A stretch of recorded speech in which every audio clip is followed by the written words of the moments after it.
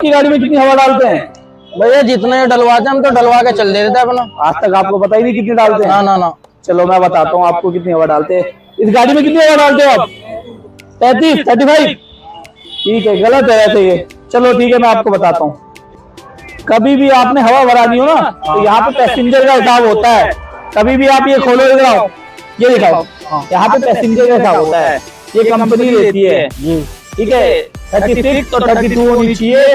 दो या 3 पैसेंजर में आगे होनी चाहिए 36 और पीछे होनी चाहिए 32। ये टायर का हिसाब है, ठीक है। ये फ्रंट में होता है। कभी भी आप हवा डलवाओ, हमेशा ये चीज चेक कर लो, पैसेंजर के हिसाब से होता है। समझ गए आप? समझ गया हूँ। ठीक है, थैंक यू। साथियों, मैं कमल रोतेला। जैसे कि आप जानते हैं कि कभी भी 4 व्हीलर में हवा वाला हवा डालता है तो उसे खुद नहीं पता होता वो कितनी डाल रहा है, ना आपको पता होता है कि कितनी डल रही है।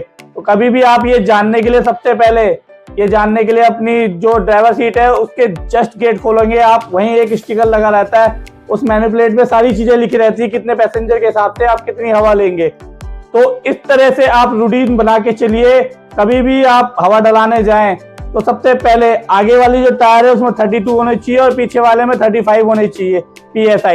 ये ध्यान रखिए, सिर्फ सिंगल सवारी की। और अगर आपके पैसेंजर बढ़ते हैं तो गाड़ी में दिया रहता है, वो आप देख सकते हैं, वो स्टिकर को देख सकते हैं, उसी के थ्रू आप एयर डलवाइए।